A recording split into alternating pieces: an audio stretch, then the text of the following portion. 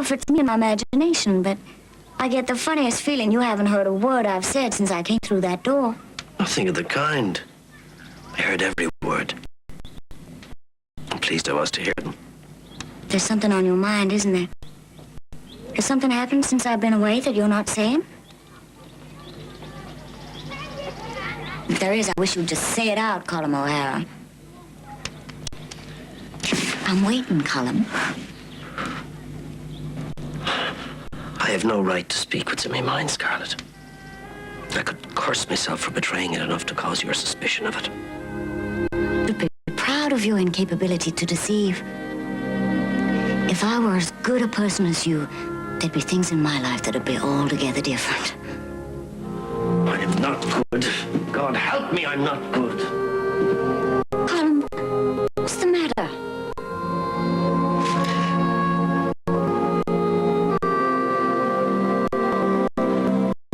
I'm smitten, Scarlett. Come into my heart the way no woman ever should. No. Colum, no. Oh, that you might will these feelings from my heart without Scarlett. No, no. Do you suppose I haven't cried it out to myself night after night with every dawn? No, I've said no. You cannot, Colum O'Hara. You may not. You must not. Oh, dear Colum, I never imagined. Or did I? Lord God, forgive me, did I? What can I do? Let me help you, please. Let me help you. I cannot bear to face it. Scarlett, I beg you, please, don't require it of me.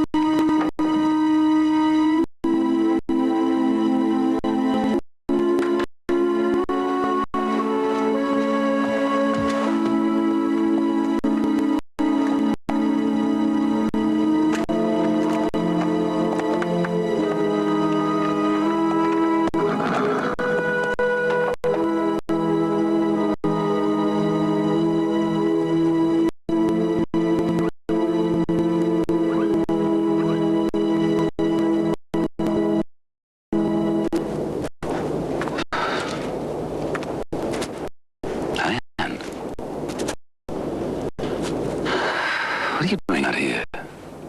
Waiting for you. Guess you've been down with that horse again. Well, he's such a fine horse. I'm tired of looking at him. It's the middle of the night, Rhett. Couldn't sleep. Seems like there's a lot of nights you can't sleep. When you do, you don't sleep easy. Have I been disturbing you? I'm so sorry. It's not a question of what's been disturbing me, Rhett. It's a question of what's disturbing you. The only thing that's disturbing me right now is seeing you sitting out here in your nightdress, probably catching your dad a cold. Now, come on inside. Get warm up.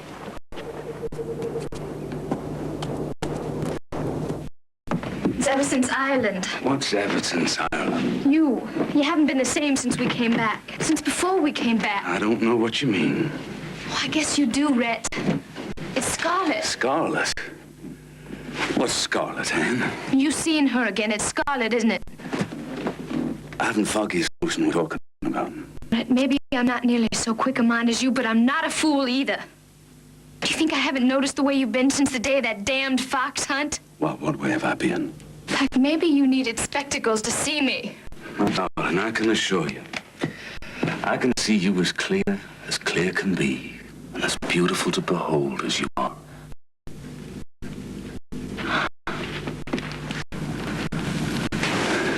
Maybe you never should have divorced her.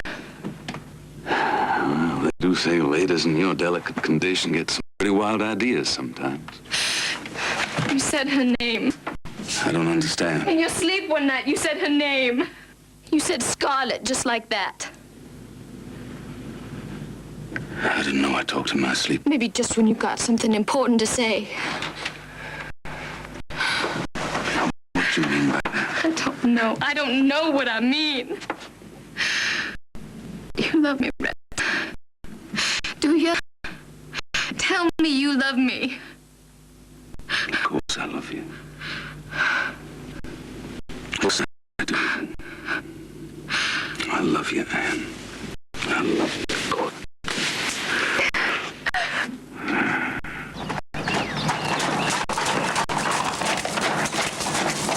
Dear me lord. Please, go.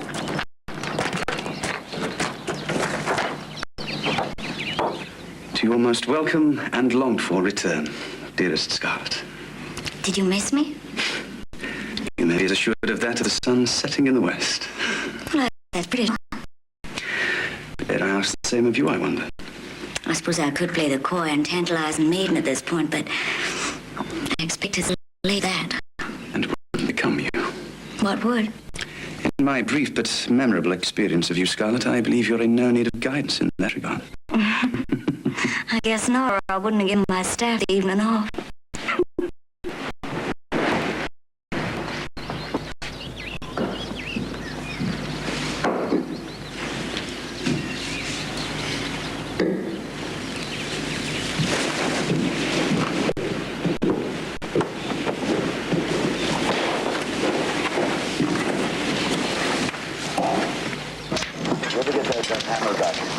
Oh, I did. Wednesday, do you think? Great.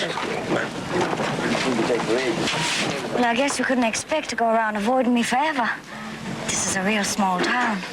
I don't think it was so much avoiding you, Scarlett, as sparing you. Sparing me what?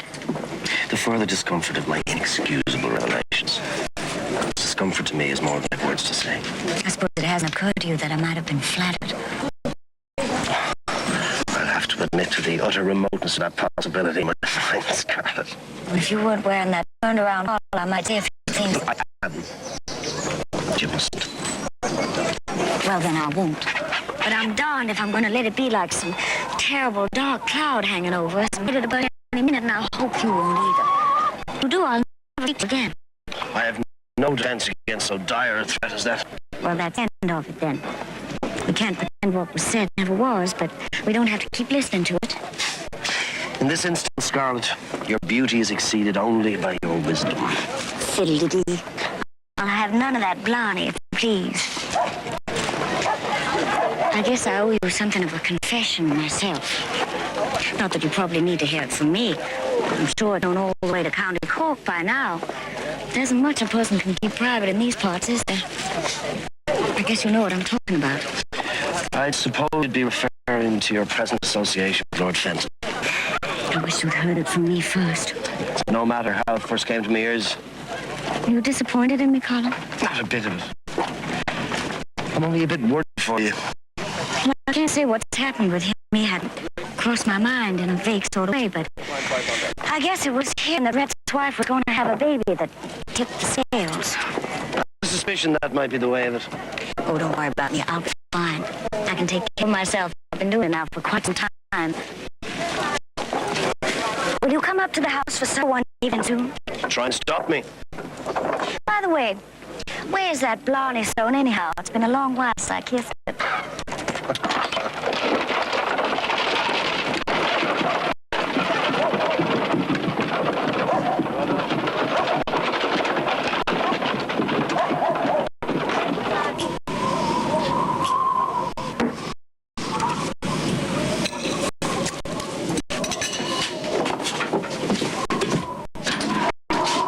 Mary, come in.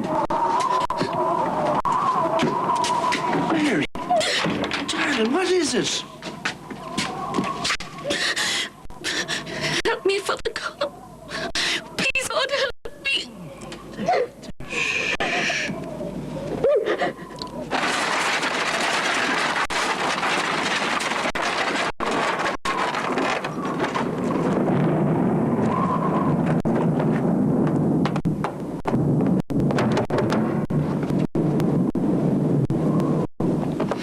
O'Hara. You must surely be the relation Scarlett mentioned in passing. A priest. Cousin, is it? The same. To what do I owe the purpose of this unlikely call? I've come on behalf of Mary Boyle. I don't understand. But certainly you do, Fenton. I've come to ask that you do the decent thing by this piteous child. To grant her the reasonable and desperate request she's made of you and that you've refused. Money. More than enough to spare her the shame and the ignominy she's to suffer should she remain here in Ireland. She wants no more than her passage to America. The paltry funds to see her through until the birth of her child. So small a charity for a man of your means. I have been given to believe that your particular religious persuasion is the source of all charity in this country. What would be a pittance to you is far beyond our means. Surely you know that. And if we're not beyond our means, it'd be impossible to provide anyway, given the nature of our predicament. Yes, of course, I see. It would be tantamount to condoning her grievous fall from grace, wouldn't it? Pity. Can't you make the honourable gesture? If only this once, man. I believe all's been said that needs saying, O'Hara. I shall ask you to leave now. This isn't the face you show to Scarlett, is it? Surely not. She hasn't seen this heartless visage, has she? Would you prefer to be escorted out? But if she were to know this vile face, could she stomach the looking upon it again? I think not. What's your reckoning on the matter, Fenton? Do I perceive threats to my association with Scarlett? There are those who are saving from themselves in blind folly. In respect of you, Scarlett is surely one of them. Such revelations to Scarlett would, of course, result in most unwelcome consequences for me. Precisely. Such consequences would be entirely unacceptable. You understand? You don't suppose you frighten me with that, do you? Would that I might? But you will not be frightened. You will not be deterred.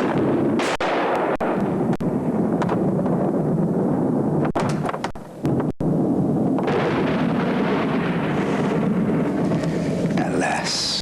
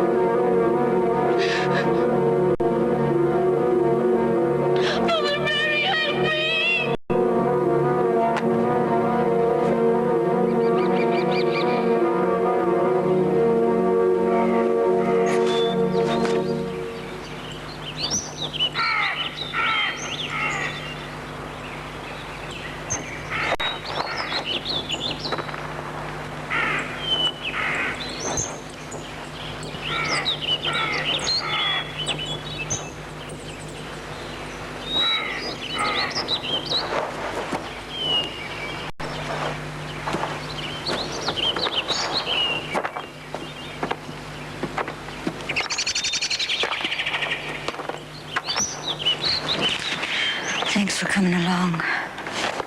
I only wish I could do more for you, dearest. I'm becoming quite concerned for you, if truth be told. How so? In regard to your rather severe state of distress. Colin meant a whole lot to me. More than I even knew, I guess. That's quite apparent.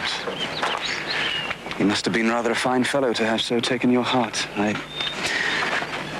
wish I might have known it. I guess you wouldn't say that if you knew he was a Fenian. You don't say. Priest. How remarkable. Folks believe that's why he got killed. The English found out about him and killed him. The soldiers.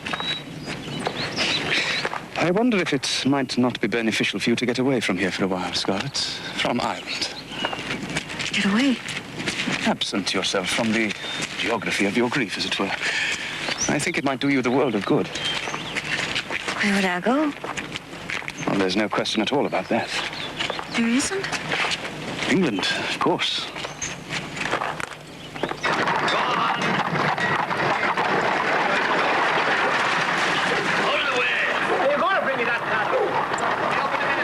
There's the high mucky-muck Lord Fenton away for a bit. No regrets on the part of any here present. Away where? England, where he belongs. It's rumoured that herself will be trailing soon after. Mrs. Butler? Aye. Can you reckon it? The woman must be daft. It's been said about town that you're going to England. Just a little getaway trip. London. They say London's a rough place, like. I think I'll be staying out of the rough parts, you can bet. He'll never forgive me the cheek of it. Of what, Mary? Of what I've come to ask of you. Would you take me with you? Take you? What do you mean? To England. I'd work for the expense of it. I could take care of the baby. I'd do chores, anything. Well, why in the world would you want to go to England, Mary? I cannot remain in Ireland. What do you mean? Why not, honey?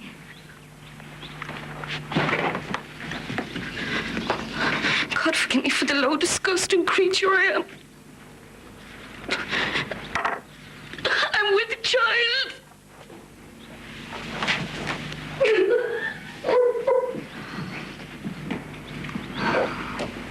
There. It's all right now. It's all right. Come on. Does the father know? It's no matter whether he knows or not. I beg you, Mrs. Butler, take me away. I'll work for the cost of it. I'll make it up to you, every shilling. I swear it on the head of your darling babe. Who is the father? Jesus, Mary and Joseph, is there not shame enough of me condition enough on the name to its cause? I beg you not to ask it of me, Mrs. Butler. I beg you. Just calm down now. Just calm down. I cannot remain in Ireland. I daren't. You do understand that, don't you? Is he a married man, Mary? Is that it? Yes, that's it. He's a married man. Well, supposing I did take you with me. I'll be coming back. You'd have to stay there at least until after... What'll you tell your parents? Oh, that'd be all right. I've thought it through. I'd write them and say I'd come to have quite a fondness for England, that I decided to stay on for a bit. And then after that, I'll come home when I was able. I've thought it through. I beg you, Ma'am, please take me with you.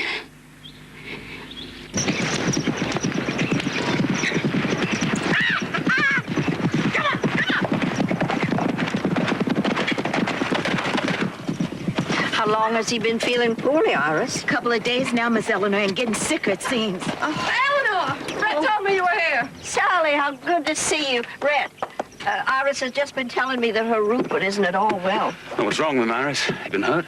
No, sir, Mr. Red. He just bad off sick. I think it's the fever.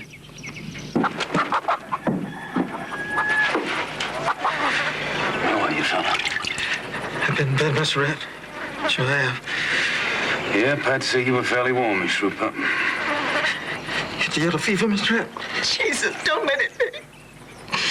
Now, they'll have a doctor come down and have a look at you. Meantime, keep him as cool as you can.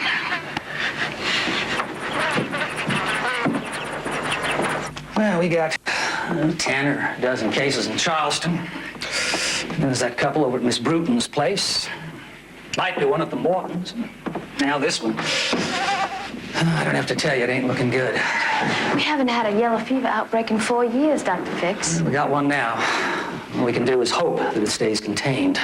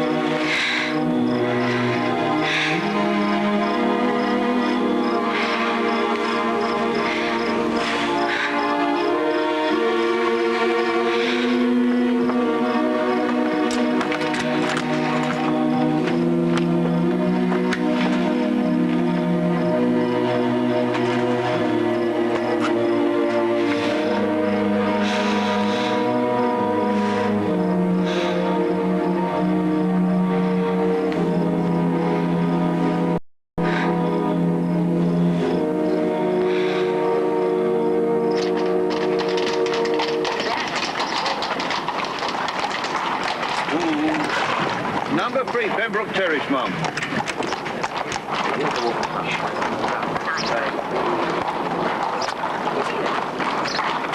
Isn't it grand looking, though? Nothing's too good for the Irish.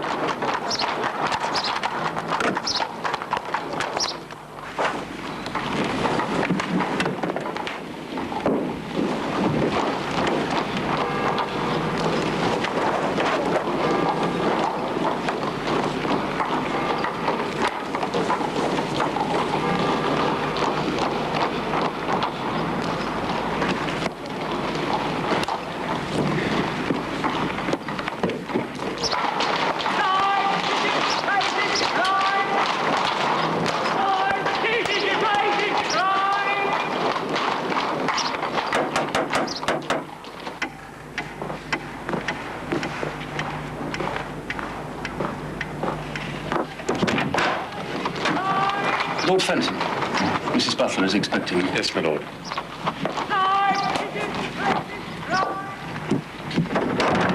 And I thought Dublin was big. From the look of London so far, you could tuck Dublin away in a little bit of corner of it.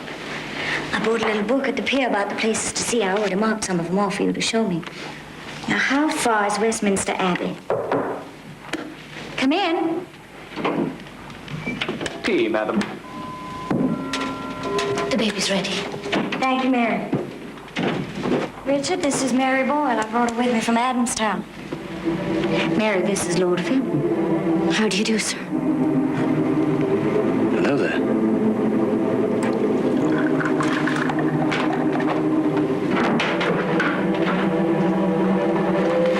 Tell me, how did you come to bring this girl with you to London? Mary, I'm helping her out. Indeed. She's a big help with the baby. And I'd have had to engage someone here anyhow. And how are you helping her? Well, she's got herself into quite a pickle, as a matter of fact. Oh? She didn't get herself into it all by herself, of course. She's going to have a baby. It's a darn shame. I feel so bad for her. Your Samaritan inclinations would appear to be flourishing, Scarlett. She was desperate. She'll be a whole lot more desperate before it's all done, but I don't think she knows that yet.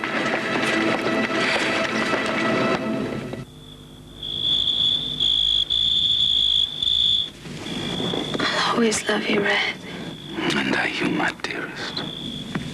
This isn't the end of loving, is it? Never. Will you forgive me? For what? There's nothing to forgive. For not giving you our baby. I feel so bad about that. Hush. There could have just been a bit more time. I could have given you our baby. Our baby will be with you. I'll know that.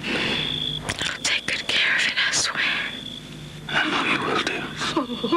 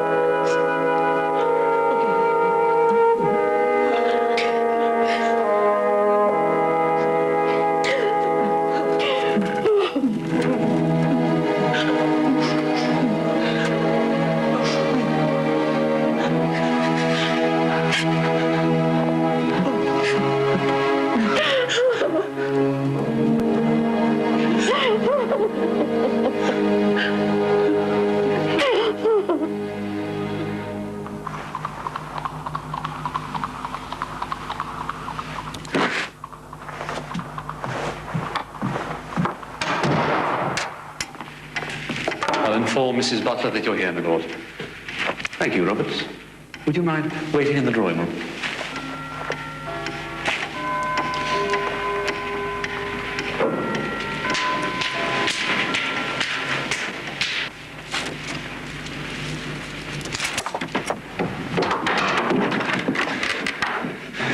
What's your game? I don't know what you mean, sir. Yes, you bloody well do. Why are you here? Mrs. Butler offered me a helping hand in my trouble. God bless her good heart. How very convenient for you. 'Twas that. And at what juncture is it your intention to disclose to her the origin of your trouble? If by that you mean me bringing you into it, rest assured I have no such intentions. What exactly are your intentions? The best I could manage, lacking the wherewithal to get to America, which you denied me. Get out of this house, you little slut. I'll be that soon enough. Sooner. Do you understand me? Do you? The understanding is for you to be doing seems to me that I'll take the advantages that's been given to me by your shameless trollop for as long as it's mine for the taking, and there's no one will say me nay, least of all yourself. Obviously, she is unaware of your true feelings towards her, you deceitful little whore. Deceit, is it? There's the pot calling the kettle black. Get out of my sight. I'll do that quick enough. Seeing that you take myself from your sight to remove you from mine, and I'll welcome the benefit of that.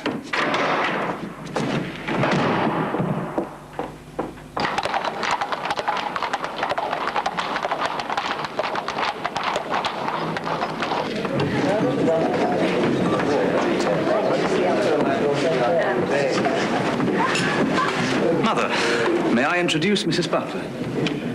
How do you do? It's a pleasure to meet you, ma'am. And my sister Victoria? Hello?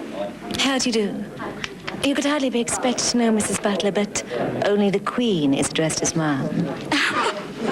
Well, I'm not too used to some of the custom over here. Many of which are quite tiresome in any case. That would, of course, be a matter of opinion, Mrs. Butler. Call me Scarlett. Excuse us. I'm Scarlett, apparently. Know the family. Tasty. Absolutely no memory at all. Oh, it was splendid. Yeah. Very good shooting that, yeah. Thank you.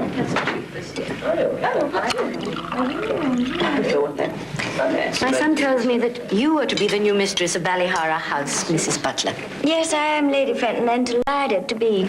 I understand that you've restored it to something approaching its former splendor. I don't know about that. It's plenty splendid enough for me. I expect you're quite at home in Ireland, Mrs. Butler, in view of the fact that you yourself are of Irish extraction, I believe. I love Ireland, yes. I'm afraid I can't share your feelings about that. It was Ireland that killed my husband, you see. I don't believe I do. My father was murdered by the Irish. Why haven't you told her, Richard? I don't know if it could be rightly said that Ireland killed him, though, Lady Fenton. If my husband had not concerned himself with the welfare of that rabble, he would be alive today. I should warn you, Mother, that such characterizations of the Irish might cause some offense to Mrs. Butler. I hardly think I am in need of any sort of warnings from you, Richard. As for my feelings, one can share them or not, as one likes. Cannot be gainsaid. They are a curious race, the Irish. Curious, how? Well, in virtually every aspect of their existence, my dear lady. Altogether an almost primitive society. Why, if they had their way, they wouldn't even speak English. Well, maybe because that's not their language. And of course we are forced to contend with the fanatical element amongst them. I suppose you'd mean the Fenians, murderous cutthroats. I had a cousin who was a Fenian. He was a priest. He was one of the people in the whole world most dear to my heart. The English murdered him. Really, Scarlett, there is absolutely no evidence to substantiate that allegation now, is there?